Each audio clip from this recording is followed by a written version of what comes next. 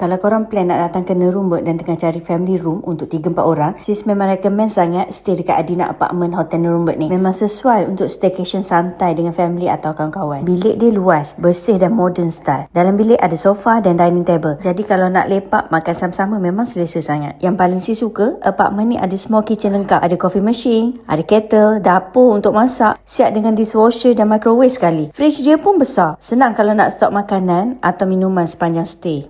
Kalau nak cuci baju pun ada washing machine. Jom kita tengok bilik air. Bilik air dia memang besar dan sangat bersih. Memang rasa selesa macam duduk kat rumah sendiri. Facilities dekat sini pun best. Ada gym fitness, sauna dan swimming pool. Lepas seharian jalan-jalan, bolehlah datang sini untuk healing-healing sikit. Kalau datang dengan family dan anak-anak, taklah boring sangat diorang. Rata-rata kat sini tak banyak hotel yang ada swimming pool. So memang berbaloi sangat kalau stay kat sini. Ruang breakfast dan restoran dia pun besar dan selesa. Sesuai kalau nak start pagi dengan tenang sebelum keluar jalan-jalan. Location dia memang strategik. Apartment ni terletak betul-betul dalam bandar. Nak pergi shopping area dan restoran cuma jalan kaki je. Kalau nak naik train pun senang sebab train station lebih kurang 5 minit je jalan kaki. Dekat Nerumbuk ni sebenarnya banyak tempat yang best dan menarik untuk korang tengok dan juga OOTD. Sis memang enjoy sangat jalan-jalan santai dan mengopi dekat kafe-kafe area sini. Kalau nak tahu tempat-tempat menarik dan kafe best dekat Nerumbuk ni, korang kena tengok video sis yang lain juga.